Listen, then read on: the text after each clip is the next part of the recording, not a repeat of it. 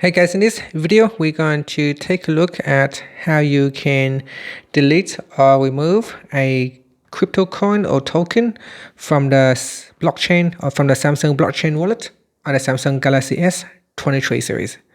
First, tap on the home button to go back to the home screen.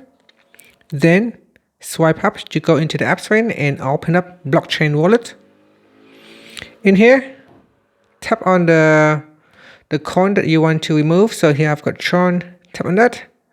Then tap on the more button at the top. Then tap on delete account. Next is that deleting account from Samsung blockchain wallet. Your account information such as your address, balance, tokens, and transaction history will remain on the blockchain network. You can add this account again by tapping on add coin or token button. So tap on the delete will remove it from the wallet. And that's it. Finally, you can tap on the home button to return back to the home screen. Thank you for watching this video. Please like and subscribe to my channel for more videos.